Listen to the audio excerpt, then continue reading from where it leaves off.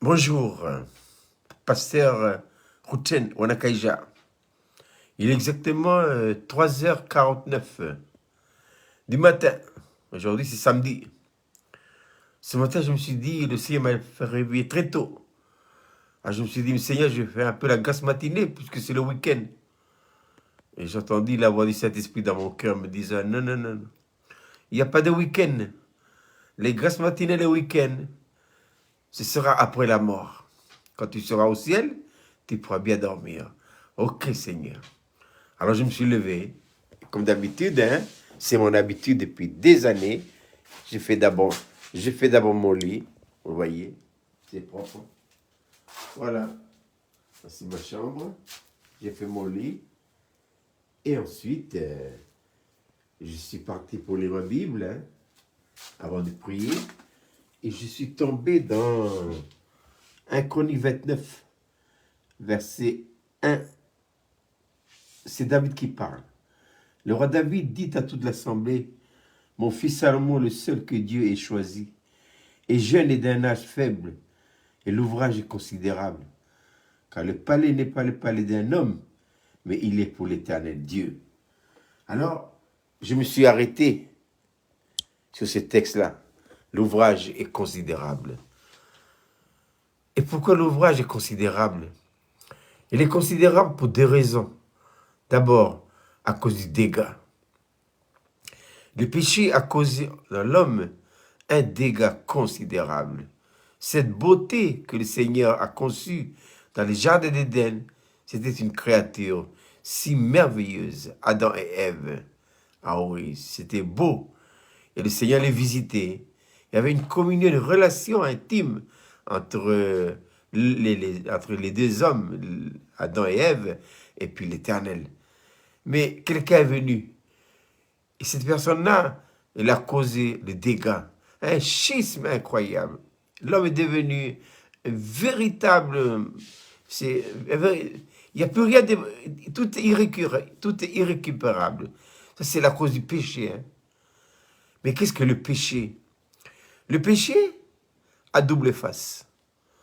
Le péché, d'abord, cette prétention de vouloir, de ne dépendre de personne et de faire sa volonté. Voilà. Ça, c'est une autre face. Mais le péché a aussi une autre face. Le péché a une face positive et négative. Positive dans ce sens que ce qu'elle fait n'est pas mauvais. Elle fait de bonnes choses. Elle a une moralité impeccable. Oui, mais l'origine, c'est le péché. Elle fait sa propre volonté. Ensuite, il y a aussi la face négative. C'est l'immoralité, c'est ce qui est ignoble. Et ça, on le voit dans Galates chapitre 5. Les deux, je pense au Seigneur Jésus-Christ. Jésus, pendant l'incarnation, il est en face de ces deux types de péchés. Les gens qui sont bien, des gentlemen honnêtes, clairs, ben c'est les pharisiens. Hein. Et Jésus dira à la foule, faites ce qu'ils disent, hein, mais ne faites pas ce qu'ils font. Hein, parce qu'on cache bien des choses à Dieu. Hein, et Dieu voit les choses, lui. Hein. Ça, c'est le côté, disons, positif, mais enfin, positif aux yeux des hommes, mais aux yeux de Dieu, ce qui procède du péché, rien ne doit être retenu. Et ensuite, il y a le côté négatif, il y a le côté négatif. Mais ces deux côtés-là, on peut les cacher devant les hommes. Dieu le voit. Mais là où je voudrais en venir, c'est que à cause du péché, qu'est-ce qui est arrivé? Eh bien, l'être humain que nous sommes est devenu un véritable schisme. Il n'y a rien. Tout est négatif. On ne peut plus rien récupérer. Le péché a complètement démoli l'homme. Le péché du côté positif ou négatif, mais pour Dieu, tout ce qui possède du péché, allez. Et comment Jésus a réglé ça? Ah ben, la solution de ça, c'est la croix. C'est à la croix de Golgotha que le Seigneur Jésus-Christ a donné un coup de masse. Un coup de masse à qui? Au péché. Le péché, c'est une puissance, hein. Je répète, puissance des deux côtés, positive et négative. Hein. La clé, c'est dans Romains 6,6. Que dit Paul dans Romains 6,6?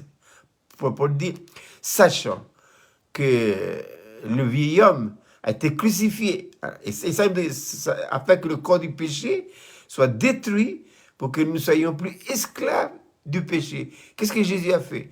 Il a dynamité le passage du péché en vous, en moi, dans l'homme, de telle manière à ce que le péché restant toujours une puissance, mais une puissance qui ne peut plus agir. Parce que la seule voie d'accès du péché en vous et en moi, c'est le vieil homme. C'est Romains 6,6. Mais c'est quoi le vieil homme? Le vieil homme, c'est le global de tout ce qui procède de la vie naturelle. Et quand je dis global, ça veut dire aspect positif et négatif. Ça, pour Dieu dit niet. Donc, à la croix de Golgotha, Jésus, il a lancé la dynamite. La croix, c'est la dynamite de Dieu. C'est pourquoi l'apôtre Paul, lui qui a le message de la croix, dira dans sa lettre aux Corinthiens, la prédication de la croix, c'est une folie. C'est une folie pour les hommes, parce que la croix ne peut pas admettre le côté positif et négatif de l'homme. Scandale aux yeux des religieux. Et pourquoi? Parce que l'apôtre Paul dans sa lettre aux Galates dira que maudit soit quiconque est pendu au bois. Ensuite, Paul dit, c'est la dynamite. Le mot, il dit, c'est la puissance. Voilà, exactement. Il dit, c'est la puissance.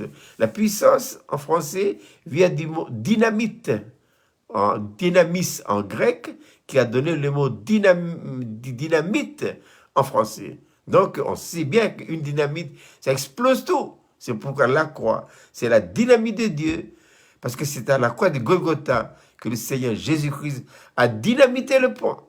Plus de voie de passage. Alors, il a enlevé le terrain de l'ennemi envoyé en moi, qui est le vieil homme. Il a remplacé ce terrain en mettant un nouveau pont. Et quel est ce nouveau pont-là? C'est l'homme nouveau. C'est pourquoi le vieil homme se trouve dans l'âme et l'homme nouveau se trouve dans l'esprit. Et quand il a mis en place le nouveau pont, c'est ainsi que une autre puissance peut maintenant passer. Quelle est donc cette puissance-là? C'est la puissance du Saint-Esprit. Le péché, qui est une puissance, il est toujours là, mais il ne peut plus agir. Et ça, nous devons le croire. Hein. C'est Romains 6,6, sachant que le vieil homme a été crucifié afin que le corps du péché soit détruit pour que nous ne soyons plus esclaves du péché. Voilà une courte petite méditation que j'aimerais vous apporter ce matin. Voilà. Et si vous voulez me suivre, eh bien, on va aller maintenant passer un temps dans la prière. Si vous désirez me suivre, hein, voilà, on va passer un temps dans la prière pour remettre entre les mains de Dieu, de notre Dieu, cette nouvelle journée, afin qu'il avec passer un temps dans la prière. Bien-aimé Père Céleste, merci de cette nuit de repos. Merci Seigneur de ta protection. Merci d'avoir renouvelé mes forces physiques et mentales, de m'avoir réveillé tôt, très tôt ce matin. Seigneur, devant le lever du jour, pour chercher ta face, ô mon Dieu, et crier comme le psalmiste, psaume 119, 147. Je devance le lever de l'aurore et je crie, j'espère en tes promesses. Psaume 143, 8. Fais-moi, ô mon Dieu, dès le matin, entendre ta bonté, ta voix, car je me confie en toi. Fais-moi connaître, Seigneur, le chemin par où je dois passer, car j'élève à toi mon âme. Psaume 119, 165. Il y a beaucoup de paix pour ceux qui aiment ta loi et il ne leur arrive aucun malheur. Psaume 95, pendant 40 ans. J'ai cette race en tes goûts. Psaume 139, 14. Seigneur, je te loue.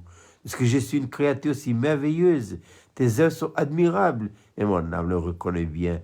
16. Quand je n'étais qu'une masse informe, Seigneur, tes yeux me voyaient. Et sur ton livre étaient tous inscrits les jours qui m'étaient destinés, avant qu'aucun d'eux n'existât. Psaume 73, psaume d'Asaph, 25 et 26. Seigneur, quel autre ai-je au ciel que toi? Et sur la terre, oh mon Dieu, je ne prends plaisir qu'en toi. Ma chair et mon cœur peuvent se consumer, et Dieu sera toujours le rocher de mon cœur et mon partage. Psaume 42. Comme une biche soupire après le courant d'eau. Seigneur, mon âme soupire après toi. Mon âme, oh mon Dieu, a soif de toi. Psaume 25. Quel est l'homme quel est l'homme qui craint l'Éternel? L'Éternel lui montre la voie qui doit choisir. Son âme se reposera dans le bonheur et sa postérité possédera le pays. Psaume 17. Dans mon innocence, Seigneur, je verrai ta face. Dès le matin, je me rassasierai de ton image. Psaume 74, avec Dieu, nous ferons des exploits. Ah oui, Seigneur, c'est toi qui écraseras tous tes ennemis en utilisant ton serviteur. 63, mon âme bénit l'Éternel. Que tout ce qui est en moi bénisse son Saint-Nom. Oui, mon âme bénit l'Éternel. Et vraiment, n'oublie aucun de ses bienfaits. C'est lui qui pardonne toutes tes iniquités. C'est lui qui guérit toutes tes maladies. C'est lui qui délivre ta vie de la fosse et qui te fait couronner de gloire et de magnificence. C'est encore lui qui rassasie de bien ta vieillesse et qui te fait rajeunir comme l'aigle. Seigneur Jésus, pour tant et tant de bontés dont je ne saurais énumérer, je puis simplement dire ce matin comme le psalmiste que oui, mon âme bénis l'Éternel et n'oublie aucun de ses bienfaits. Seigneur Jésus, merci parce qu'à la croix de Golgotha, oui Seigneur, tu as donné un coup de matraque au péché. Et je crois de tout mon cœur, oui Seigneur, que tu as frappé un bon coup. Ah oui Seigneur, le péché. Oui, c'est vrai, il est toujours en moi comme puissance, mais il ne peut plus agir. Merci, parce que c'est à la croix, oui, Seigneur Jésus, que tu as dynamité sa voie de passage et que tu as remplacé ça par l'homme nouveau. Et c'est ainsi que c'est une autre puissance, oui Seigneur, peut maintenant agir et passer au travers de moi, qui est le Saint-Esprit. Merci, merci Seigneur Jésus de la rédemption que tu as accompli pour moi à la croix de Golgotha. Merci de la grandeur de cette œuvre qui signifie, oui Seigneur, qu'à l'hérédité du péché, oui Seigneur, tu as substitué en moi une hérédité nouvelle, sans tache. Oui Seigneur, le Saint-Esprit, merci, merci Seigneur Jésus. Oui, parce que ce que tu as promis à tes disciples, tu l'as envoyé le jour de la Pentecôte. Et je te loue et je te remercie de tout mon cœur de m'avoir fait don du Saint-Esprit et don de la vie. Oui, Seigneur Jésus. Et j'entends honorer en mon temps, Seigneur, le glorieux ministère du Saint-Esprit en lui laissant toute la place de pouvoir se mouvoir en toute liberté comme il sait devoir le faire en moi. Oui, et oui, Seigneur, je donne à cet esprit carte blanche. Il fait ce que tu veux. Oui, Seigneur Jésus, si tu vois des choses en moi qui ne t'honorent pas, dites-le, Seigneur. Je suis ferme et déterminé. J'entends faire le ménage avec toi. Oui, je reconnais de tout mon cœur que l'ouvrage est considérable. Oui, Seigneur, merci de ce beau message de la croix que j'ai moi-même reçu dans mon pays. Merci de m'avoir choisi, oh mon Dieu, parmi tant d'hommes pour être porteur de ce message. Seigneur, j'entends être fidèle à ce message, à mon message à moi, que je la serve fortement dans mon cœur. Et j'entends, Seigneur, le jour où je te verrai, parce que je peux dire comme Job, que mon oreille avait entendu parler de toi, mais mes yeux te voient, et je sais que mon Rédempteur est vivant, et que mes yeux le verront, non pas les yeux d'un autre. Seigneur, tu lis tout au fond de mon cœur le désir de tenir ferme à mon message à moi. C'est le message de la croix, oui Seigneur. Et je veux fructifier ce message. Je veux le travailler, oh mon Dieu, afin de la rendre, afin de pouvoir te montrer un jour, quand tu reviendras me chercher, tous les fruits de ce travail-là. Oui Seigneur Jésus, que toi tu as obtenu en utilisant ton serviteur. C'est pourquoi je te dis ce matin, Seigneur Jésus, me voici avec un corps que toi tu m'as formé pour faire, oh mon Dieu, ta volonté et rien que ta volonté. Seigneur, j'ai décidé, je ne reviens pas sur mes choix, que ma volonté doit plier comme un U devant la tienne. Vouloir ce que tu veux. Oui, Seigneur Jésus, parce qu'à la croix de Golgotha, tu as frappé un bon coup. Ah oui, Seigneur, cette puissance que le péché en moi, et tu l'as remplacée par une autre puissance que le Saint-Esprit. Moi, j'opte pour le Saint-Esprit. J'entends honorer le glorieux ministère du Saint-Esprit dans mon cœur. Merci de m'avoir si bien conduit ainsi depuis jusqu'à ce matin, très tôt. Je peux dire comme Samuel, Ebenezer, jusqu'ici, Dieu m'a secouru. Seigneur, je recommande entièrement ma journée qui a débuté déjà. Chaque détail de ma journée, je crois fermement à ta parole dans le livre Par David, dans le psaume 139, verset 16, quand je n'étais qu'une masse informe, tes yeux me voyaient. Et sur ton livre étaient tous inscrits les jours qui m'étaient destinés, ainsi que leur contenu, avant qu'aucun d'eux n'existât. Seigneur, je veux croire que tout ce qui m'arrivera dans la journée, jusqu'à ce soir, tout ça, ça procède de toi. Je ne trie rien du tout. Je prends tout ce qui arrive comme venant de toi. Je ne discute pas. Je le prends tel qu'il est et je continue ma route. Oui, Seigneur Jésus. Merci parce que pour moi, il y a bien longtemps que le hasard n'existait plus. Oui, toutes choses concourent au bien de ceux qui aiment Dieu et de ceux qui sont appelés selon son dessein. Oui, Seigneur, je te prie également pour la bergerie, que dont toi tu m'as donné la responsabilité de la paître avec sagesse. Seigneur, je veux te présenter un jour des hommes et des femmes qui soient une couronne pour toi, des hommes et des femmes en qui tu as fait un travail considérable par le Saint-Esprit et la croix. Seigneur, que la croix, en tant que principe de vie, soit plantée dans chaque foyer de Philadelphie. Et je te prie pour ceux qui ont pris la décision d'aller avec toi jusqu'au bout, de leur donner des grâces, de tenir ferme, Seigneur, de ne pas lâcher, ne serait-ce qu'à iota, mais de courir la vocation céleste, ayant les regards fixés sur Christ, qui est le consommateur, le rémunérateur de notre foi. Mais je te prie également pour ceux qui hésitent un peu, qui ont encore du mal à avancer, afin que toi, Seigneur, tu leur donnes un coup de pouce.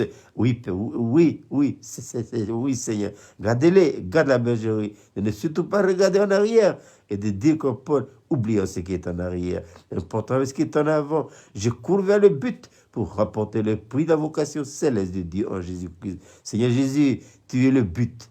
Tu es le but de notre vie. Je te remercie également d'avoir fait passer l'église de Philadelphie de l'église physique statique à l'église numérique, virtuelle. Merci Seigneur Jésus de l'évolution. Merci des étapes, la feuille de route que tu nous as donnée. Donne-nous Seigneur de tenir. Ah oui, ce qui est derrière, c'est derrière. Merci des années passées à Tina, c'est déjà derrière. Merci le mois passé à Gondwana, c'est déjà derrière. Maintenant, nous sommes à Auteuil et dans quelques temps, là, je ne sais pas, ça va durer combien de temps, mais en fait, pour moi, c'est le présent et c'est l'avenir. Devant, toujours devant, avec toi. Oui, comme Paul dit, je cours vers le but. Seigneur Jésus, tu es le but, tu seras toujours mon but à moi, oh mon Dieu. Ainsi, je te prie également, oui, Père Céleste, pour les ministères. Oui, Seigneur, je pense à Paco. Oui, Seigneur, continuellement l'encourager et l'aider. Oui, puisque Raph a fait marche arrière, c'est bon, c'est chaud à lui. Oui, Seigneur. Et je sais pour Paco, avec Angèle, afin qu'il continue la route. Oui, Seigneur, veut les qualifier, veut les équiper, les mandater et pouvoir leurs besoins, ainsi que les enfants, tant spirituel que matériel. Je pense également à l'équipe qui s'occupe, Seigneur, de la partie numérique, à Wawa, avec Maman et puis Gégé. Fait que Seigneur, tu les gardes fermes, fidèles à toi. Utilise leurs compétences intellectuelles. Devez leur donner, oui, Seigneur, un peu plus pour que notre page, oui, soit toujours, oui, Seigneur, au top. Garde, bénis leur foyer et garde-les fermes, fidèles à toi. Et je te prie pour chaque foyer de Philadelphie, tu as donné une responsabilité à chacun, que chacun soit à sa place et court la vocation céleste de Dieu en Jésus-Christ. Merci Seigneur Jésus. Mais je ne peux pas non plus oublier, oui Seigneur, l'ensemble du peuple de Dieu, dans le pays et dans le monde, le corps de Christ. Oui, merci, parce qu'à nous, toi, tu nous as donné une part. Notre part à nous, c'est en relation avec Ecclésiaste 11. Jette ton pain sur la face des eaux, car avec le temps, tu le retrouveras. Seigneur Jésus, merci. Merci pour ce temps, ce matin. Oui, Seigneur, pour passer avec toi. Ainsi, je voudrais maintenant te replacer toujours à ta juste place. Il faut que tu règnes. Oui, Seigneur, le trône sera toujours à toi et le marchepied est à moi. Oui, Père Céleste. Et je viens renouveler sur l'autel des sacrifices l'offrande et le don total et entier de ma vie pour toi, comme l'holocauste du matin, mon esprit, mon âme et mon corps, et tout ce que j'appelle le mien. Merci Seigneur Jésus pour toutes les disciplines que tu as établies dans la maison. C'est vrai, avant c'est physique, maintenant c'est numérique. Donne à l'Église d'être fidèle, d'être discipliné. Oh mon Dieu, donne-nous des grâces, que la croix, dans son principe, soit planté au centre de les puissances de chaque foyer pour que la discipline soit impeccable et nette. Merci des 4 disciplines. Merci Seigneur Jésus de l'enseignement, la communion, la fraction et les prières. Merci également de la réunion le mercredi. Oui, et la journée des jeunes. Veuille nous le rappeler, oh notre Dieu, tout ce que tu as établi dans la maison de Dieu. Donne-nous de faire comme le petit Samuel, de ne rien lâcher, de ne rien laisser tomber à terre, mais de relever. Oui, Seigneur, nous entendons relever le défi, le challenge. Oui, Seigneur, ce beau message de la croix qui a éclaté dans mon pays dans les années 88, dans l'ennemi est arrivé à occulter. Oui, Seigneur, nous voulons relever le défi. Et oui, c'est te replacer toi à la première place, car il faut que tu règnes. Oui, Seigneur Jésus, le trône sera toujours à toi et le marchepied est à moi. Je te prie pour tous les foyers de Philadelphie. Oui, Seigneur, garde les foyers en toi. Que nos foyers soient la Béthanie, la maison de Dieu, la maison de repos. Oui, Seigneur, Bethel, je te prie pour les besoins de chaque foyer, parce que tu pourvois à nos besoins, afin que le monde n'ait rien à nous reprocher. Oui, tant sur le plan spirituel que sur le plan matériel. Oui, oui, Père Céleste, ainsi garde également nos enfants à l'école, que nos enfants, Seigneur, réussissent dans leurs études. Oui, parce que ce sont des futurs hommes et des femmes de demain dont toi tu vas utiliser pour construire ta très belle et sainte maison spirituelle qui sera le contenant de ta gloire éternelle. Oui, Seigneur, merci. Merci pour tous ceux que tu m'as donnés. N'as-tu pas dit toi-même, Seigneur Jésus, dans Jean chapitre 17, Père, je te prie pour tous ceux que tu m'as donnés. Et moi, ce matin, je te prie, Seigneur, pour tous ceux que tu m'as donnés à Philadelphie et qui t'y ferme. Oh, je prie pour le monde entier, mais mon cœur est pour ceux que tu m'as donnés dans cette église, les familles, les foyers, les enfants et les jeunes, afin que, Seigneur, tu nous gardes, tu nous protèges tout en toi, que le but pour lequel tu nous as choisis soit pleinement atteint. Oui, Seigneur Jésus, parce que n'as-tu pas dit un jour par ton serviteur que n'auront part à la maison que ceux et celles qui l'auront bâti avec toi. Et nous attendons bâtir avec toi cette très belle et cette maison spirituelle qui sera le contenant de ta gloire éternelle. Et nous serrons fortement dans notre cœur cette belle promesse que tu as donnée à Philadelphie dans Agis chapitre 2. Je remplirai de gloire cette maison, et la gloire de cette dernière maison, elle sera plus grande que la première. Merci Seigneur Jésus de pouvoir te prier ainsi, te louer et t'adorer en ton nom précieux, Seigneur Jésus. Amen. Voilà, le temps de prière est terminé. Maintenant, il faut aller méditer la parole. Et ensuite, on continue la journée. Bonne journée à tous.